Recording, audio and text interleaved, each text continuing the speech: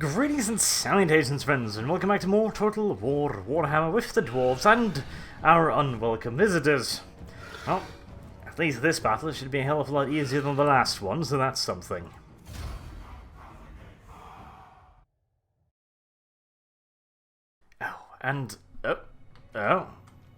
Okay.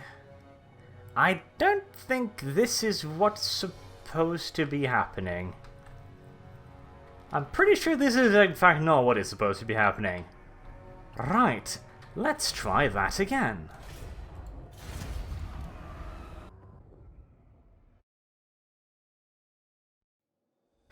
Okay, that looks a little bit more decent. Right. Note to self, quick saving before a battle is not silly, and I should continue doing it. Thank fuck. That was at the end of the last video, so I had it saved. Otherwise, that would have been fucking annoying. If I had to ring-fight that fucking massive fuck-off battle because of that, I would be fucking throwing shit. Ooh, I don't even want to fucking think about that. Okay. By the way, on that narrow escape, I did want to rant about a little something. So, some of you might have watched a movie by the name of Passengers. The story is, there's a giant fuck-up spaceship that looks like a giant glowing dildo that runs through an asteroid field with a giant glowing condom on, blasting apart the rocks in front of it. However, the guys who sent the spaceship out there didn't know that asteroids could be pretty large, and so the shield wasn't good enough to take care of all of the asteroids properly, so some rocks hit the ship itself, fucked up some vital components, everything goes to fucking hell in a handbasket. But first, one of the passengers, this is a ship that's going to a colony. It's going there to start a new life for the colonists. All that usual mumbo-jumbo, jazzy-wassy stuff, you know. Actually, I'll use you to blow shit up. A new life, a new beginning, labbity-labbity-labia. The usual. And there's like 5,000 passengers and like 250 crew odd or something like that. And all of the crew are supposed to be in suspended animation. They're supposed to be in hypersleep, basically, while the ship is heading to its destination.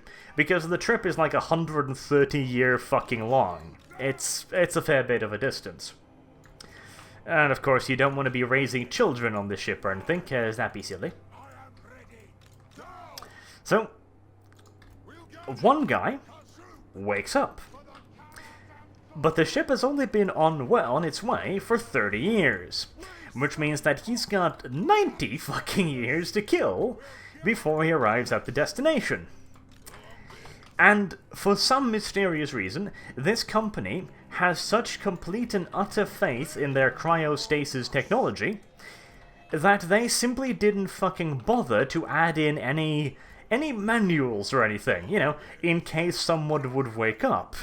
So he has no way of getting back into cryosleep, so he's just fucking stuck on this massive spaceship now, with no other humans, no one else. He can't wake up any of the crew, because they're in this fucking bunker complex, basically. I find it amusing, by the way, that the company didn't bother adding in like any contingency mechanics for if one of the cryostasis pod would fail, but they built the bridge like a fucking bunker. It's like, yeah, no, we'll totally prepare for a fucking uprising amongst the passengers. We'll prepare for that, but mechanical malfunctions, fuck it. How often does that happen? Apparently, seeing as this is the second planet, so this would be the second colony ship, it happens on 1 out of 2 trips. Which, when you think about it, those are some pretty fucking bad odds. Those are some pretty fucking abysmal odds, in fact. So, we've got this poor fucking dude on this spaceship, completely by himself. The only one he can talk to is like a robot bartender, who, granted, his AI is fucking fantastic, but he's still just a robot, you know? He doesn't exactly have a wide variety of human emotions, let's just put it like that. He's essentially like Hillary Clinton, you know?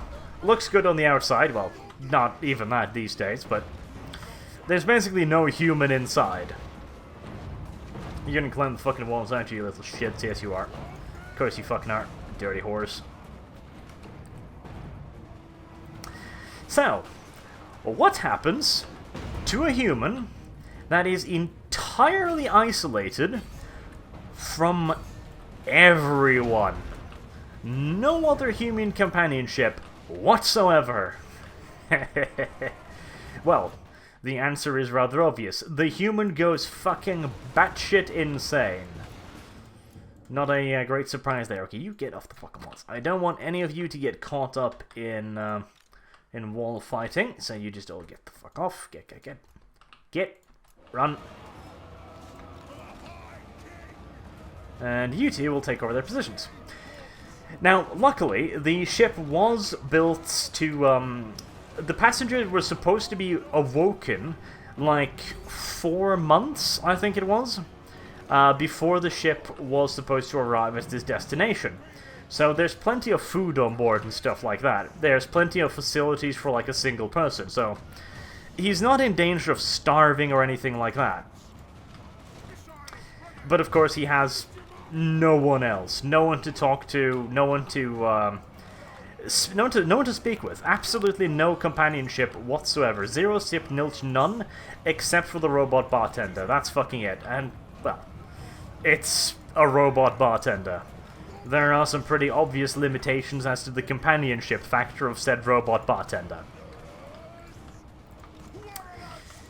Right, so, the dude goes insane. Unfucking surprisingly. And slowly but surely, he's starting to fucking slip more and fucking more. As he lasts for, I think he's there for like a full fucking year. Before he finally decides to sabotage a cryostasis pod. Now, honestly, I've got to say, that is some fucking remarkable restraint. Honestly, that is some truly fucking remarkable restraint. A full fucking year of complete solitude before he gets desperate enough to break a pod and get himself some companionship. Now, granted, do bear in mind that when he breaks a pod, you know, there's no way of getting the person back into the pod again, so by breaking a pod, he's essentially dooming another human to live out their entire life on this shitty little ship. Well, little. It's a pretty fucking huge ship, but it's not so big that you'd want to be stuck there for the entirety of your fucking life, you know? I'm gonna need... Of course, they rallied behind my walls. I need to get a unit back there. So, the moral question is obvious, you know? Do you destroy another human's life to save your own? I mean, you might argue that being alone is an inconvenience in this case, and that companionship isn't, you know, a life-threatening thing, but I don't know. I think companionship in this case is a life-threatening thing. I mean, if you have no one else to talk to, and humans being social animals, you're going to go insane. And you're probably going to fucking kill yourself. Indeed, the dude gets close to committing suicide. Because he hasn't talked to another human in fucking ages. Like, he finds himself a spacesuit, and just because it's vaguely human-shaped, he gets all fucking teary-eyed and starts, you know, hugging it and shit. Because, like, that's the closest he's come to anything that reminds him of a human in like a fucking year. But still, yeah. Eventually, he wakes someone up. And being a man, he obviously wakes up a woman. 'Cause fucking duh. Now, again, I gotta admit, I think the fucker showed remarkable restraint in all of this. If it had been me, I'd have probably fucking given up after the first fucking month, to be honest. And I would have been skipping down the line of cryostasis chambers going eeny meeny miny mo. Until I eventually just pick whichever female is most attractive. Nice and fucking shallow, like, basically. But this guy goes through her bio because, for some reason, the company that sends people on this trip make people write, like, entire fucking biographies on themselves before they go on the trip. So, like, he knows everything about this woman. He knows her profession, he knows what she likes, what she dislikes. He knows practically everything about this person. And he picks a woman named Aurora and wakes her up, thereby, you know, dooming her to die with him. Sucky sucky. And obviously, being a man and a woman stuck inside of a massive tin can for the rest of their fucking lives, they inevitably decide, might as well pass the time by banging each other. Not exactly a shock or any of that, to put it bluntly. Hello, Kurgans, by the way. Welcome to fucking Gunfire Hell. But, you know, it's a classic romantic comedy. And I'm watching this with someone else, and, yeah, you could probably draw some pretty fucking obvious conclusions as to why. But, yeah. I can pretty much fucking... I can live with watching pretty much fucking anything. Because I'm the guy who, if he doesn't make a conscious effort, will constantly be commentating the movie. I'm that asshole, you know? I'm that fucker. So I can keep myself fucking amused with no issues whatsoever through even the most laborious of romantic comedies. But this particular movie, I actually managed to find incredibly amusing. And the reason for this is why I'm ranting on about this. The reason is because there's a bunch of little robots running around. Now, the robots, of course, are there to keep the ship running, essentially, you know? They're there to maintain it, to take care of everything, to make sure that everything's being repaired, everything's being kept clean, operational, you know, running maintenance, basically. And I kept imagining how these robots would be viewing this situation. Because as far as they would be concerned, they were gonna have like a 130-year vacation now. They were all fucking sitting there dancing in their little robot cages going like, yay! We don't have to listen to the bitching of the humans for 130 years! Party! And then this one motherfucker wakes up and they're like, oh my fucking god, no! This was supposed to be our vacation! And now they have to get back to fucking work, cleaning up and shit. And obviously, this human not being in the best mental condition is quickly overtaken by depression and all manners of other shit that happens to people that have absolutely no one to talk to whatso bloody ever. So you see footage of him, you know, dropping all normal human social standards, which is what happens when you don't have any other humans around. Social standards go out the window. So he's wandering around without pants and stuff, and I'm thinking to myself, alright, what other social standards has he dropped? Like, is he just fucking defecating in the hallway at this point? I wouldn't be surprised, because, you know, there's no other humans around. There's nobody that's gonna bitch at him if he stinks, you know? There's no reason for him to not just...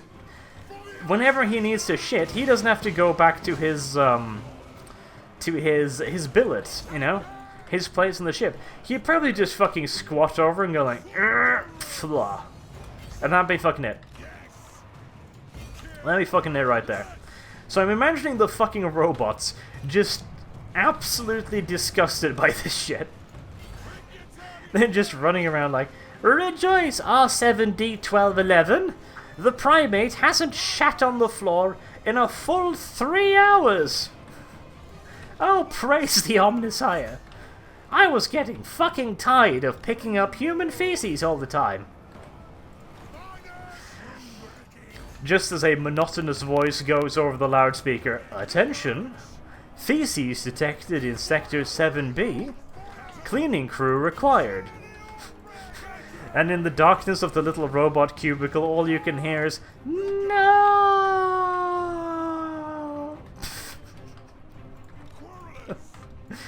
It might just be my shitty sense of humor, but that kept me plenty fucking amused all throughout the fucking video. All throughout the movie. Not a fucking problem. I laughed like a crazy person all the way through. And then, of course, obviously, the two humans start banging on each other. But now, the man has returned to his social standards. Because now there's a female around, so he can't just wander around shitting in the hallways anymore. You know, he has to dress. He has to shave his magnificent beard. He has to behave like a human, basically. And I can imagine just the robots fucking rejoicing over this fact for quite a while. Just like, yes! He hasn't shat himself for 3 months! Rejoice! Everyone is happy! About time. The sewer systems were just about clogged with human feces from just one primate. Imagine if all 5,000 woke up. Shudders. But then, there's the added problem of these two humans just continuously banging each other. Just never fucking stopping. Newlyweds in fucking love. Just constant. And I imagine the robots are just like, I'm really happy they've stopped defecating everywhere, but God, must they spill all over the place? I've been picking up protein for 5 months now. They just won't fucking stop. Have they no decency? I saw them fucking on the dining table just yesterday. What manner of animal fucks where he eats?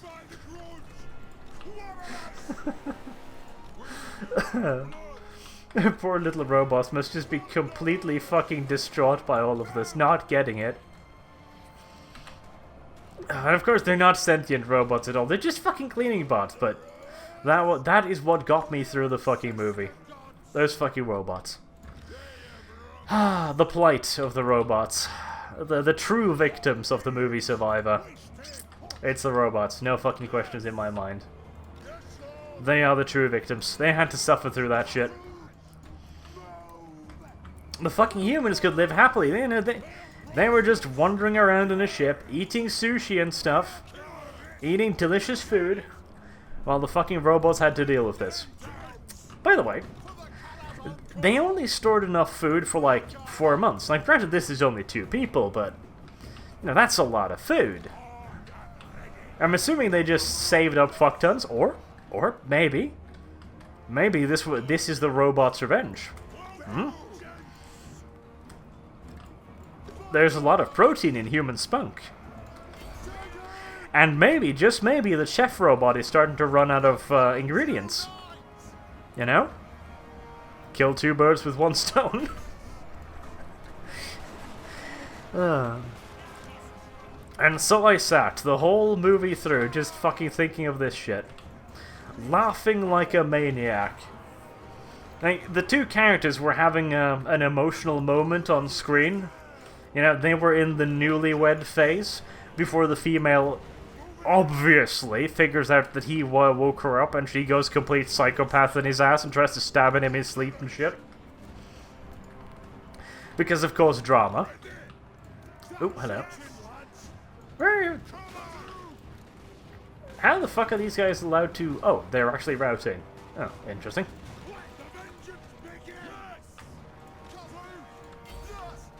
But yes, eventually, of course, the human, the female figures out that he woke her up, and she's like, "You woke me up, you bastard!" Slap fight ensues until she inevitably forgives him because fucking Dawi. But yeah, the newlywed phase. They were all over each other, crazy people. And I'm sitting there in this very serious love scene between these 2 characters, and I am just fucking laughing my ass off because I thought of the incredibly juvenile joke of the robots just sitting in a corner, just secretly laughing their own little metallic asses off as they watch the humans dying on protein packs, just shaking with laughter in a corner. You can imagine how ridiculous this would appear to my partner at the time. It's a romantic dinner. What are you laughing at? I can't tell you. No, tell me. No, seriously, I fucking can't tell you.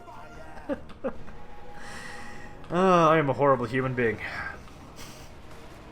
I haven't seen a good fucking comedy movie in a very long while, but that was pretty good.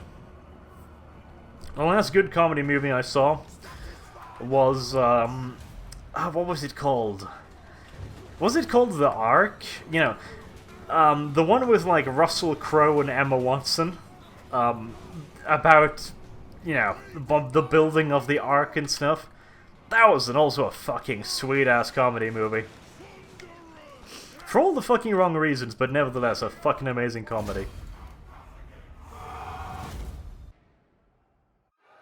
I was even thinking of doing videos of this shit, but I figured the humor might be a little bit too horrifying, honestly.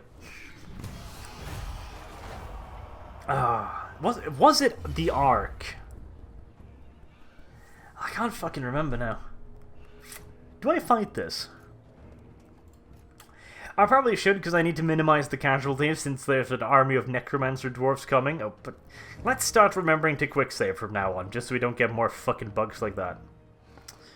Magic resistance... Pop it on those guys.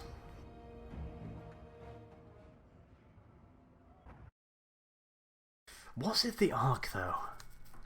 I think that was... Holy shit, these guys have been fucking busy. 1, 2, 3, 4, 5, 6, 7... 8 siege towers. They built all of this shit in like 2 turns. Holy mother of God, okay. How about we fucking ignore holding the walls? Jesus. I think it was the Ark. Yeah, like I said, Russell Crowe, Emma Watson, and it's about, the events of the biblical apocalypse, you know? No, Noah! That was it. Noah was the name of the movie. Fucking Noah, yes. Where Noah has to go and get 2 of every animal and bring them on the Ark. And then presumably feed them off each other for the next, like, 2 or 3 years. Like, Noah, did you bring enough food for all of us? No, are you fucking kidding me? There's like 800 million animals on this fucking Ark. It's not that fucking big. Then what are we going to eat? Well, that's why we don't have unicorns anymore. That is precisely what I intend to tell my cousin's children when they get a little bit older, by the way. I imagine the crying will be insistent, but it'll be funny. And they'll get the joke once they're older. It's not child abuse, it's just, fun. Oh god, that could be taken out of fucking context, couldn't it? It's not child abuse, it's just fun. Then again, considering PewDiePie gained about 350,000 subs and like 2 days after the Wall Street Journal made a hit piece on him, perhaps I want to fucking be easily misunderstood. Granted, I don't think that particular part of misunderstanding is the best way, but hey, beggars can't be choosers. Right. We'll just set up a gargantuan fuck-off fire zone right here.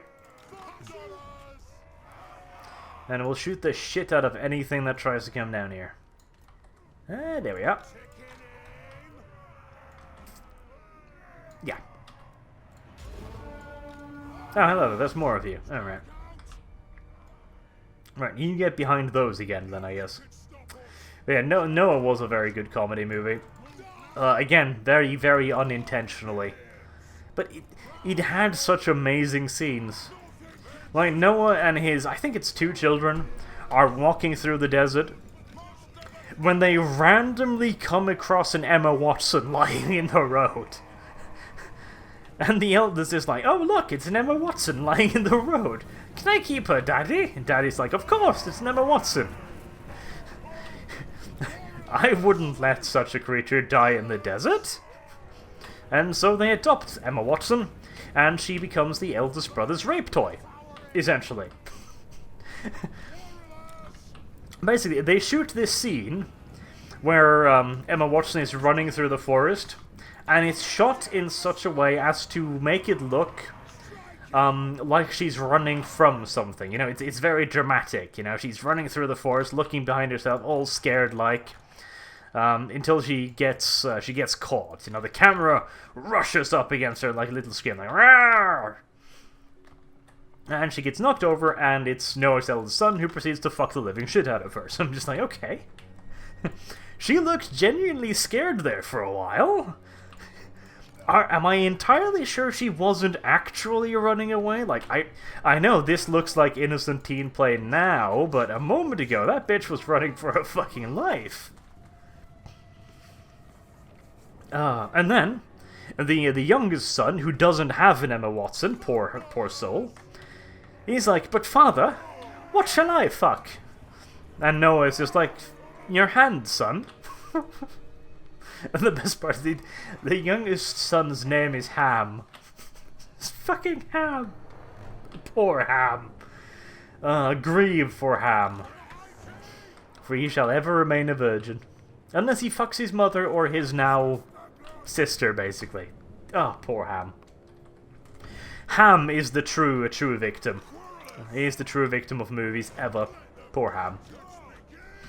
But Ham is a very intrepid fellow, and he figures, alright, if my brother could wander off into the wilderness and find himself a random Emma Watson and be allowed to keep her, surely I can do the same.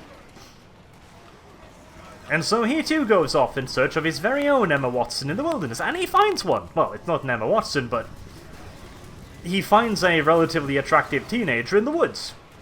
And he takes her home, because, I mean, obviously that would be the natural reaction, right? And yet, Noah's like, gasp! Ham! What have you done? This woman is from the La-di-La people. She's corrupted. God said they're bad people. And Ham's like, but father, I found it in the woods. Please, can I keep it? And Noah's like, no, Ham. You may not have a woman of your very own. And Ham is so sad. Oh, that was a nasty lag spike. Ham looks so sad, and I can't help but feel for him. He went out into the woods to find himself a woman of his very own, and against all odds, he found one. And then Daddy's just like, no, Ham.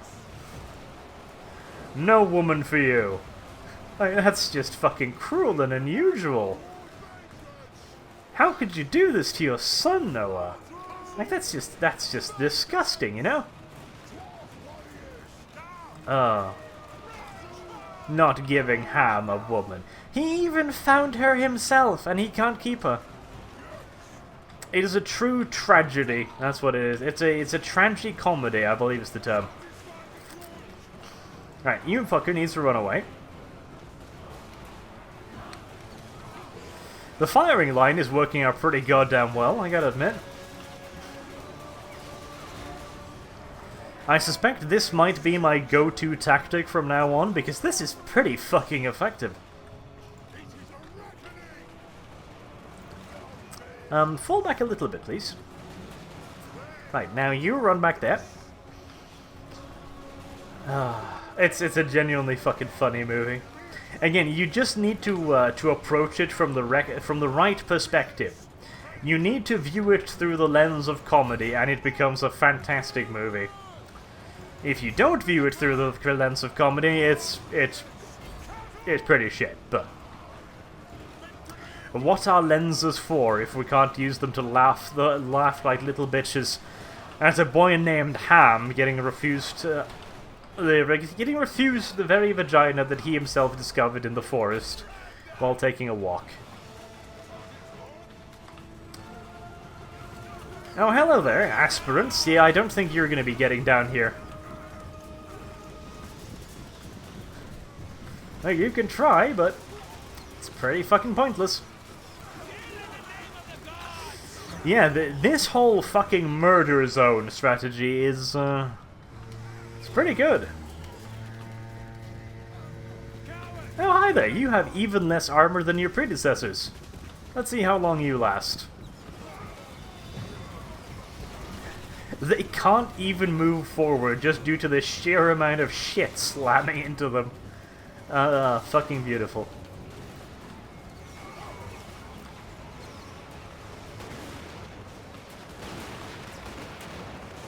I wish the trolls had come down middle, though. That would have made it way easier to kill them.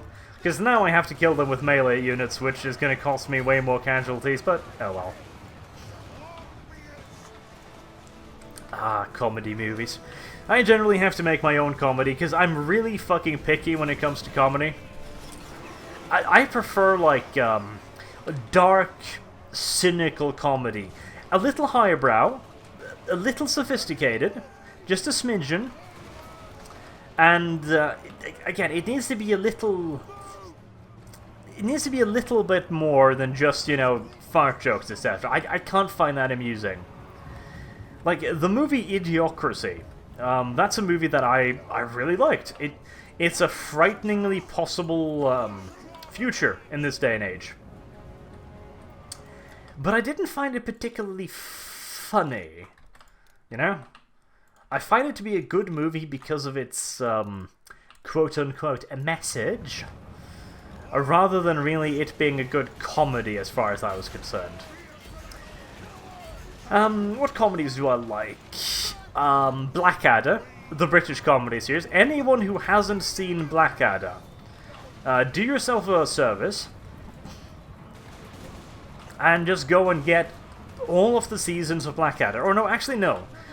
Skip the first season, because the first season is not particularly good. The first season is essentially just the crew trying out the formula. And it's a decent enough formula, but it's nowhere near as good as it will be. And the second and I think it's the third and fourth season, that's when shit gets really good. And it is genuinely funny. It is dark, sarcastic humor. With the main protagonist, Blackadder, being just this complete and utter cunt. Like, he's a horrible person. He's a snarky, cynical bastard, and that's why I fucking love him so much. He's great. Ooh, poor little Kurgans. The piles of fucking bodies should have tipped you off that this is not a good way to go. What else? Oh yes, there is a TV series that is called Titus. And it is based off the stand-up comedy material of a stand-up comedian by the name of Christopher Titus. And he came from a dysfunctional family, and he coped with coming from this dysfunctional family by writing jokes and comedy about it. Now, obviously, he exaggerates a lot for comedic effect, but it is fucking funny as shit. Christopher Titus is probably my favorite fucking comedian ever, and everyone should watch it, or look him up and watch some of his stuff. It is fucking pure comedy gold. I am so fucking sad that they cancelled that show, because it was so fucking good. And it stayed good. Like, normally TV shows kind of peter off. Titus stayed fucking gold until the very fucking end. It was fantastic.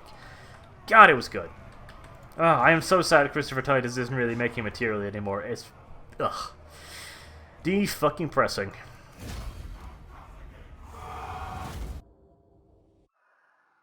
Right, that went pretty fucking well. 250 losses? Yeah, that's not bad. Most from the fucking Flesh Hounds. Wow, these Flesh Hounds are fucking awesome.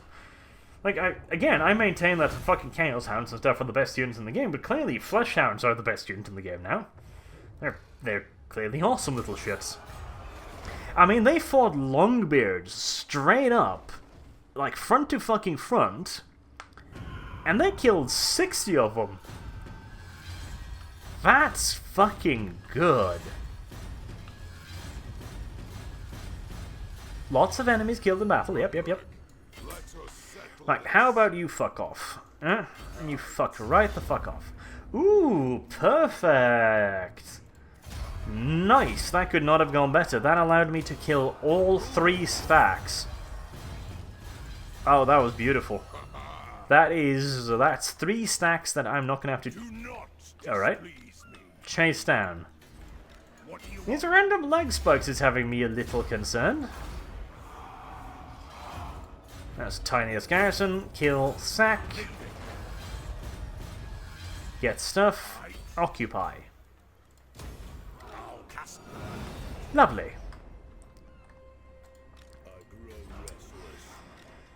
Right, Ungrim, you probably want to head home, don't you? Cazador Virgin Slayer will have his stuff done in 1 more turn. This leaves... I think this leaves that and these 3. You're right, okay. Dragonhorn Mine is nicely fortified. Durak, Truth Teller and his bunch are not bad either. Let's get Master Rune of Oath. Strike the runes, there we are. This garrison's a little bit of... Could they reach me? Unlikely. I mean, they can march, but they can't initiate with a march order, obviously. I'll take, like, a yin to these guys, too, just for safekeeping. Now, I need slaves in that army. Baradwin. You've got plenty of those. That's right. Okay, you give your units to Baradwin. There you go. And you come down here. And you get in there. Right. Cancel that. Go up there. Give him, like, the 2 giant copters. And then... Alright, get... Fuck. They'll probably intercept me when they... Damn it. No, don't get out of there. Camp. And then... Fuck, 2 turns. God damn it. Fuck it. Okay, back into normal stance. And just buy 1 of these this turn, and then buy 1 more the next turn. This confirmation, did I? Because I need 2 of those in my army for the quest thingamajigabob. This is a nice big fucking army. I don't think that's a problem. Eshen's upgrading. It's going to take a while. Do I need this? No, I don't. I can break that down. I'll build that. Right, how's the upgrade going? 4 turns. Quite a while. Right, okay. And you guys. Let's have you start moving northwards.